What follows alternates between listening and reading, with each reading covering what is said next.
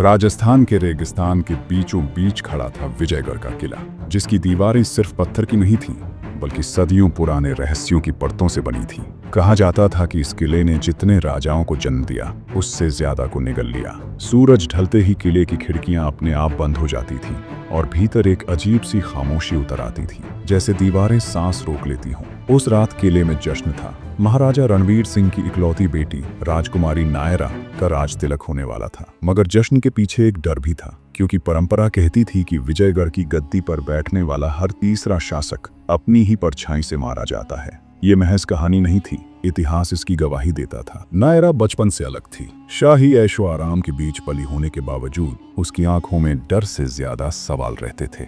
उस रात राज तिलक से ठीक पहले उसे अपनी माँ की पुरानी डायरी मिली, जिसके पन्ने आधे जले हुए थे।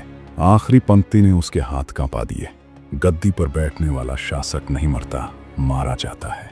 नायरा समझ गई, ये कोई श्राप नहीं बल्कि साजिश है। राज तिलक के दिन पूरा किला सोने चांदी से चमक रहा था, मगर नायरा की नजरें लोगों के चेहरों पर थीं। मंत्री देवदत्त, जो वर्षों से सत्ता के करीब था, जरूरत से ज्यादा मुस्कुरा रहा था। सेनापति भीमराज की आंखें बार बार तलवार पर जा रही थीं। और सबसे अजीब था, किले का पुजारी अघोरनाथ, जो मंत्र पढ़ते हुए भी नायरा की ओर नहीं देख रहा था। जैसे ही मुकुट उसके सिर पर रखा गया, किले की सारी मशालें एक साथ बुझ गईं। अंधेरे में एक चीख गूंजी। जब रोशनी लौटी, महाराजा रणवीर सिंह सिंहासन के पास गिर पड़े, सीने में खंजर धंसा हुआ। दरबार में हड़कंप मच गया। कुछ ही पलों में आरोप तय हो गया। राजकुमारी नायरा। वजह? खंजर उसी का था जो राज तिलक की रस्म में इस्तेमाल होता था। नायरा को काल कोठरी में डाल दिया गया। वही काल कोठरी जहां कभी उसके पूर्वजों की लाशें मिली। अंधेरे में बैठी नायरा को पहली बार डर लगा, मौत का नहीं, सच के दफन हो जाने का।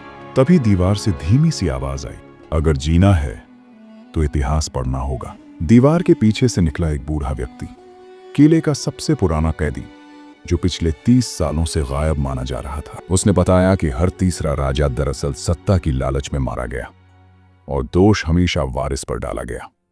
असली खेल मंत्री, सेनापति और पुजारी मिलकर खेलते थे। राजा मरता था और सत्ता पर्दे के पीछे चली जाती थी। नायरा की आंखों में आंसू नहीं थे, आग थी। उसी रात किले में एक और मौत हुई, मंत्री देवदत्त की। उसका शरीर उसी गुप्त सुरंग में मिला जहां से नायरा भागी थी। अब शक सेनापति पर गया।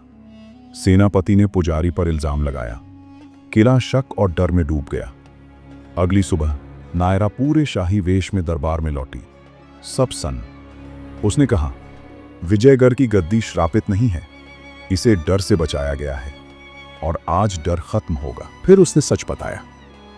महाराजा रणवीर सिंह को मारने वाला कोई और नहीं बल्कि खुद रणवीर सिंह था।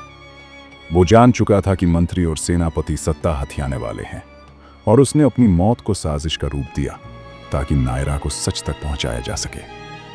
खंजर उसी ने नायरा का चुना ताकि कहानी पूरी हो।